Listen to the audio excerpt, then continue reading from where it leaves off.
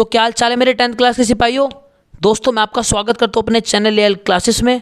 आज मैं आपको क्लास 10th की बुक फर्स्ट फ्लाइट का chapter number 2 Nelson Mandela long walk to freedom पढ़ाऊंगा। दोस्तों ये जो चैप्टर है ना, नेल्सन मंडेला की खुद की ऑटोबायोग्राफी का ही एक छोटा सा हिस्सा है। इस चैप्टर में बेसिकली मेन आपको अपार्थिड सिस्टम के बारे में बताया गया है। तो दोस्तों क्या आप जानते हो अपार्थिड सिस्टम क्या होता है? दोस्तों जब लोगों के बीच में उनके रंगों के आधार पर भेदभाव किया जाता है तो उसको अपार्थिड सिस्टम बोलते हैं। जैसे आपने देखा होगा पहले काले और गोरे लोगों में क्या होता था, साउथ अफ्रीका में भेदभाव होता था। मतलब कि गोरे लोग यार क्या करते थे, काले लोगों पर अत्याचार करते थे। उनको किसी भी पॉलिटिकल फंक्शंस में या पॉलिटिकल पार्टीज़ के किसी भी प्रोग्राम में किसी भी तरह की एक्टिविटी नहीं करने दी जाती थी। उनके चर्चेस वगैरह जो होते थे वहाँ पे जाने की कोई इजाज़त नहीं थी। इवन उनके साथ कोई खाना भी नहीं खा सकता था, बड़ी पार्टी में नहीं जा सकता था, पढ़ भी नहीं सकता था, उनको किसी भी चीज़ का हक नहीं था। 300 साल से वहाँ पे वाइट रूल था, यानी कि सफ़ेद लोगों का राज था, उनकी हुकूमत चलती थी, उनकी तानाशाही चलती थी। इसके बावजूद एक मसीहा जन्मा नेल्सन मंडेला, जो कि वहाँ के फर्स्ट ब्लैक प्रेसिडेंट बने साउथ अफ्रीका के, और साउथ अफ्रीका के इतिहास में वहाँ पर पहले डेमोक्रेटिक इलेक्शंस भी करवाए। और वो जिस पार्टी से जुड़े उस पार्टी का नाम था अफ्रीकन नेशनल कांग्रेस। जब वो चुनाव जीते तो उनकी पार्टी ने 400 में से 252 सीटें जीती। दोस्तों वैसे तो ये जो पूरा चैप्टर है ना, ये उनकी इनॉग्रेशन सेरेमनी के ऊपर दिया गया है। तो दोस्तों मैं आपको उनकी इनॉग्रेशन सेरेमनी में जो जो हुआ था अब आपको पूरा डिटेल में बताने जा रहा हूँ। दोस्तों 10 मई का दिन था। नेल्सन मंडेला कहते हैं 10 मई 1994। अब वो दिन भी आ गया जिस दिन उन्हें राष्ट्रपति पद के लिए क्या लेनी थी, शपथ लेनी थी। क्या हो रहा था, अब देखो जो भी नेता होता है ना उसके पीछे कुछ लोग घूमते रहते हैं, क्योंकि उनका अपना कोई लालच होता है, अपना कोई काम होता है। तो पूरी दुनिया के जो भी लीडर्स थे, और कुछ अच्छे भी होते हैं, कुछ समर्थन के लिए भी होते हैं, उनके पीछे पीछे क्या कर रहे थे, पिछले कुछ दिनों से उनको फॉलो कर रहे थे और उनके पीछे घूम रहे थे। तो उनकी जो इनॉग्रेशन सेरेमनी थी वो होनी थी प्रिटोरिया की यूनियन बिल्डिंग में, वहाँ के मतलब एम्फी थिएटर में। तो वो जो लीडर थे वो भी वहाँ पे आए हुए थे उनको शुभकामनाएं देने। और 1 लाख तो जी वहाँ पे भीड़ इकट्ठा हो गई थी, आदमियों की, औरतों की और बच्चों की, जो वहाँ पे गा रहे थे, खुशी के मारे नाच रहे थे कि जी नेल्सन मंडेला जीत गया, डेमोक्रेटिक चुनाव हुआ, कोई तानाशाही नहीं हुई, अब तो इस देश में कुछ तो सुधार होगा। ऐसा नहीं था, वहाँ पे एक कम्युनिटी के लोग हो, वहाँ पे काले भी थे, गोरे भी थे, भूरे भी थे, हरे भी थे। अरे ऐसे भी कोई होते हैं क्या, सॉरी मतलब वहाँ पे हर तरह के लोग थे। दुनिया का सबसे बड़ा इनॉग्रेशन इवेंट था वो। सबसे बड़ा इनॉग्रेशन इवेंट क्यों था, ऐसा क्या था साउथ अफ्रीका की मिट्टी पर पहला सबसे बड़ा इनॉग्रेशन? क्योंकि वहाँ पे 140 से ज़्यादा कंट्रियों के क्या हुए थे, लीडर आए हुए थे। सोचो एक अकेले आदमी को सपोर्ट करने 140 कंट्री से भी ज़्यादा लीडर आए, तो आप उस आदमी की पावर का अंदाज़ा लगा सकते हो। दोस्तों क्या आप जानते हो जैसा साउथ अफ्रीका के लिए नेल्सन मंडेला ने किया है ना, ऐसा ही हमारे देश के लिए BR अम्बेडकर जी ने भी किया था। इन्होंने भी लोअर कास्ट के लोगों के लिए क्या किया था, बहुत लड़ाई लड़ी थी और उनको इंसाफ दिलाया था। उनके साथ जो अत्याचार होता था, यहाँ तो बहुत ही बुरा हाल था इंडिया में, लोग बाग उनकी परछाई से भी क्या करते थे, परहेज करते थे। लेकिन इन्होंने क्या करा, इंसाफ दिलाया।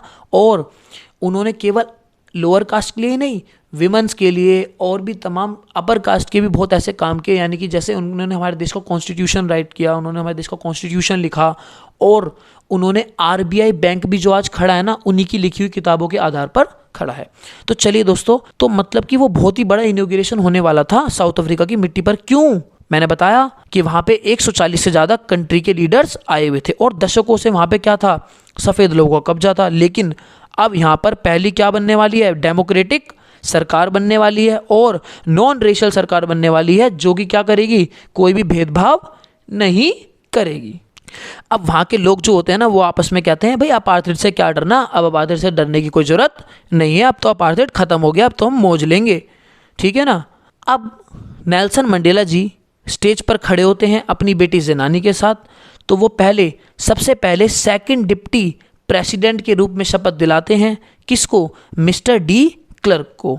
तो मिस्टर डी क्लर्क शपथ ले लेते हैं। उसके बाद फर्स्ट डिप्टी प्रेसिडेंट के रूप में शपथ लेते हैं ताबो म्बेकी। इनके बाद नंबर आता है हमारे नेल्सन मंडेला जी का, जो कि अब राष्ट्रपति के रूप में शपथ लेंगे। तो जब नेल्सन मंडेला जी शपथ लेते हैं, वो कहते हैं 300 साल बाद आज हमें आज़ादी मिली है। और मेरे दोस्तों, ये मेरी अकेले की जीत नहीं है, ये आप सबकी जीत है। और मैं आपको आशा दिलाता हूँ आज के बाद इस देश में गरीबी और भेदभाव जैसी जो समस्या हैं वो कभी उत्पन्न नहीं होगी।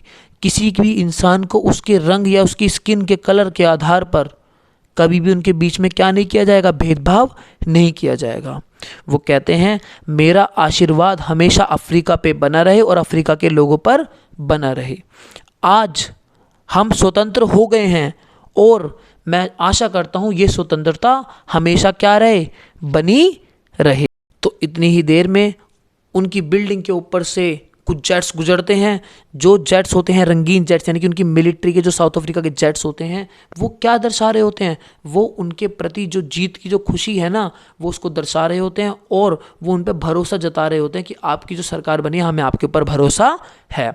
जितना भी साउथ अफ्रीका का डिफेंस फोर्स का सिस्टम होता है और जो वहाँ के हाईएस्ट जो जनरल होते हैं पुलिस फोर्स के, वो वहाँ पे आए हुए होते हैं और उनकी छाती पर बहुत सारे मेडल्स होते हैं।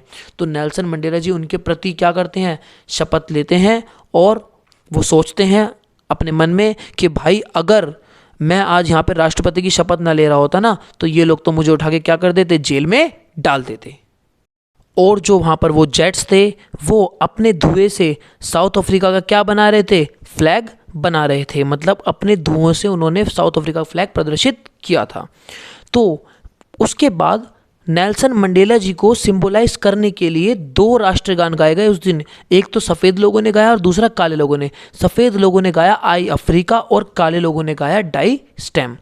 तो काले लोगों ने जो राष्ट्रगान गाया उसे सुनने के बाद नेल्सन मंडेला जी बोलते हैं आज किसी को भी इसके लिरिक्स याद नहीं हैं, लेकिन आगे हो जाएंगे, तो ये चिंता का विषय नहीं है। और उसके बाद वो बोलते हैं कि सफ़ेद लोगों ने काले लोगों के साथ बहुत बुरा किया था। मतलब उनको धोखों में रखा, उनके साथ क्या किया, बहुत गलत किया, रेशियल डिस्क्रिमिनेशन किया, उनके हक छीने। तो मतलब ये कहीं ना कहीं सही नहीं था। लेकिन अब 20वीं सदी में जब वो 80 साल के हो गए हैं, तब आकर के क्या हुआ है, काले लोगों को इंसाफ मिला है। वो उन लोगों के लिए भी दुख जताते हैं जो उनके साथ इस लड़ाई में शहीद हो गए, जिन्होंने अपना बलिदान दिया, और कितने लाखों लोग थे जिन्हें अपनी जान भी गंवानी पड़ी इस लड़ाई के लिए। दोस्तों, कभी भी कोई इंसान अपनी लड़ाई अकेला नहीं लड़ता, उसको किसी न किसी की सहायता की ज़रूरत ज़रूर होती है। ऐसे ही नेल्सन मंडेला जी के सपोर्ट में जो लाखों लोग थे, उन्होंने अपनी जान की कुर्बानी दी, तब जाके उनके देश से क्या हुआ, ये काले गोरे का जो भेदभाव था ये खत्म हुआ। और इसमें कुछ स्वतंत्रता सेनानी थे जिनके मैं नाम आपको बताता हूँ, Oliver ताम्बो, Walter सिसलस, chief लुथेलिस, Yusuf डडू, ब्रम Fisher, Robert रोबोक्स। तो मतलब ये जो स्वतंत्रता सेनानी थे, इन्होंने क्या करा, इन्होंने भी लड़ाई लड़ी किसके खिलाफ, अपार्थाइड सिस्टम के खिलाफ। ऐसा नहीं है कि लड़ाई और कोई नहीं लड़ सकता था। ये जो 6 लोग थे, इन्होंने उनकी बात समझी, नेल्सन मंडेला जी को फॉलो किया और इन्होंने कहा कि हम आपकी बात को सुनेंगे और इस चीज़ को विजय के अंत तक ले जाएंगे, यानी कि जब तक हम जीत नहीं जाते अपने मुकाम में तब तक हम आपके साथ रहेंगे।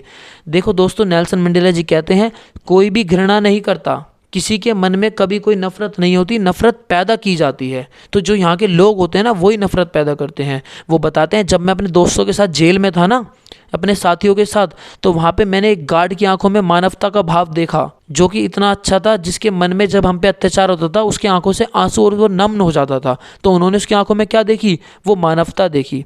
वो कहते हैं आप इंसान की अच्छाई को छुपा सकते हो लेकिन कभी ख़त्म नहीं कर सकते। तो दोस्तों, नेल्सन मंडेला जी बोलते हैं एक इंसान के जीवन में 2 ही कर्तव्य होते हैं। उनके भी थे, पहला उनका परिवार, दूसरा उनका समाज।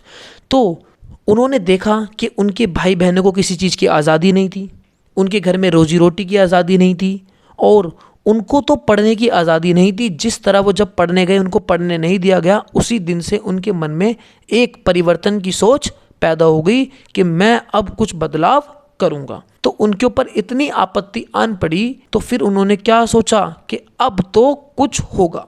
कहते हैं ना, आपत्ति से ही आविष्कार का जन्म होता है। तो उन्होंने जाकर के सबसे पहले अफ्रीकन नेशनल कांग्रेस पार्टी को ज्वाइन किया। और आपको पता है, उनको भिखारियों की तरह भी रोडों पे भटकना पड़ा था, उनकी ऐसी हालत कर दी थी गोरे लोगों ने। फिर भी उन्होंने अपनी लड़ाई में हार नहीं मानी। उन्होंने बोला कि यहाँ पर जो गोरे लोग हैं वो दूसरों में क्या कर रहे हैं, नफ़रत का भाव फैला रहे हैं, केवल नफ़रत का भाव फैला रहे हैं। और वो अपने एंड में सिर्फ यही बोलते हैं, जो लोग दूसरों पे अत्याचार करते हैं और जो लोग दूसरों का अत्याचार सहते हैं, दोनों ही अपनी मानवता को खो बैठते हैं। मानवता को कैसे खो सकते हैं? देखो यार, जब किसी पे अत्याचार होगा तो उसकी तो इंसानियत वैसे ही खत्म हो जाएगी, और जो कर रहा है उसकी तो ऑटोमेटिकली खत्म हो चुकी है, क्योंकि उसे ऐसा करना नहीं था और उसके साथ ऐसा होना नहीं था। तो दोस्तों ये चैप्टर तो यार यहीं पे खत्म हो जाता है। लेकिन यार आप भी ना यार कभी किसी के साथ भेदभाव मत करना किसी भी आधार पर, और आप सभी खुश रहें, घर में सुरक्षित रहें, मैं ऐसी आशा करता हूँ। बाय।